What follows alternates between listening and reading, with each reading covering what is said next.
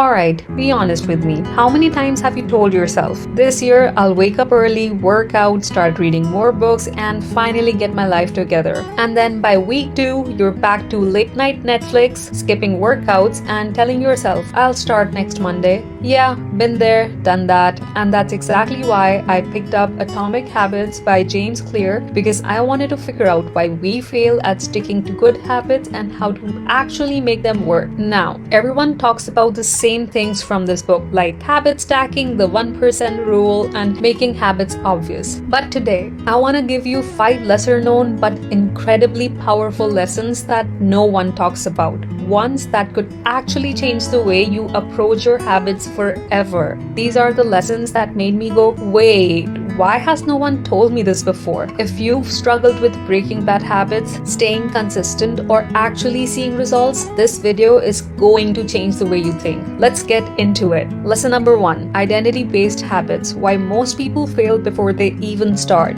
Most people approach habits the wrong way. They start by setting a goal like, I want to lose weight, I want to read more, I want to make more money. But here's the problem. If you don't change who you believe you are, you will always sabotage yourself. Let me give you an example. Imagine 2 people trying to quit smoking. One person says, no thanks, I'm trying to quit. The other person says, no thanks, I'm not a smoker. The second person has already changed their identity. They're not just quitting smoking, they have stopped seeing themselves as a smoker. Now think about this for your own habits. Instead of trying to lose weight, say, I am a healthy person. Instead of trying to read more, say, I am a reader. Instead of saving money, say, I am someone who makes smart financial decisions. Why does this work? Because your brain hates inconsistency. If you see yourself as lazy or bad with money, you'll subconsciously act in ways that prove yourself right. So here's the solution. Instead of setting outcome-based goals, start with identity-based habits. Lesson 2. The 2-minute rule. How to trick your brain into starting. We've all done this. I'll work out for an hour today. I'll write 5 pages of my book. Or I'll meditate for 20 minutes. And then we don't do it. Why? Because the hardest part of any habit is starting. James Clear suggests something called the 2-minute rule.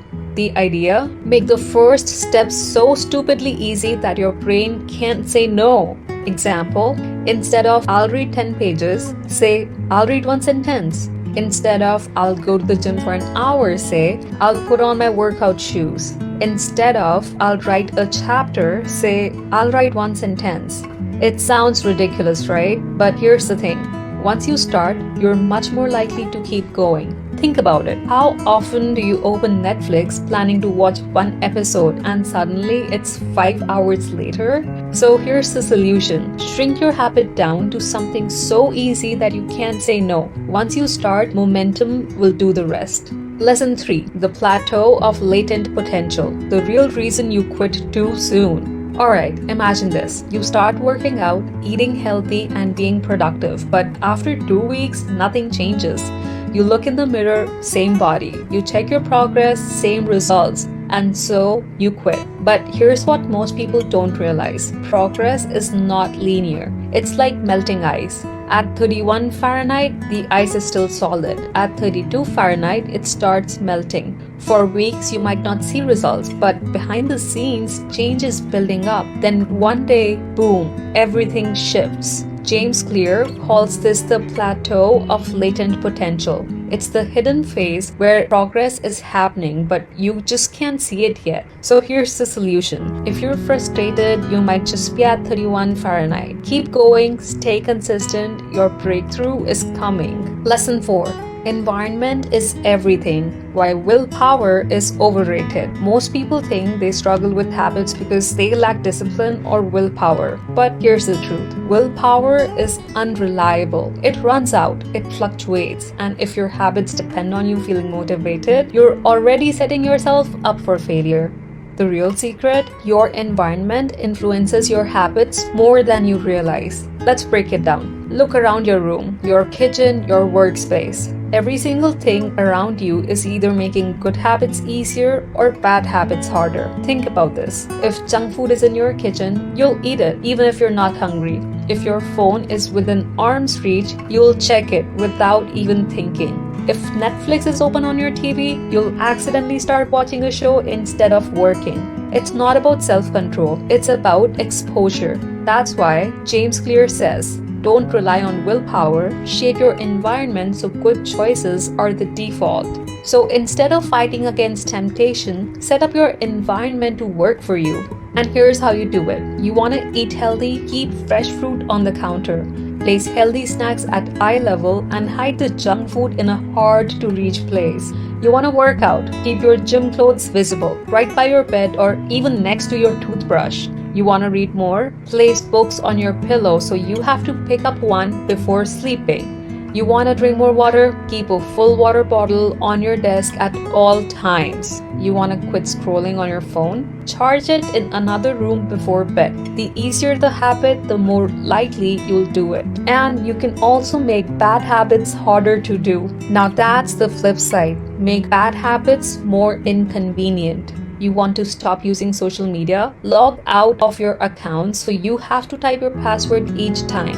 Want to stop watching TV? Unplug it after every use so you need to set it up again. You want to cut down on junk food? Store it in a place that requires effort to access. Most people fail at habits because they set themselves up for failure without realizing it. If you can control your environment, you can control your habit. Lesson 5. The never miss twice rule, the key to long-term success. Let's be real, you're gonna mess up. You'll skip workouts, you'll procrastinate, you'll eat junk food. And that's fine. The problem is, most people let one bad decision turn into a bad week, then a bad month, and then they quit. James Clear introduces a simple rule: never miss twice. So if you missed one workout, no big deal. If you eat one unhealthy meal, not the end of the world. If you skip reading for a day, doesn't matter. But if you do it 2 times in a row, you're creating a new pattern. And habits are patterns. If you skip the gym one day, it's a break.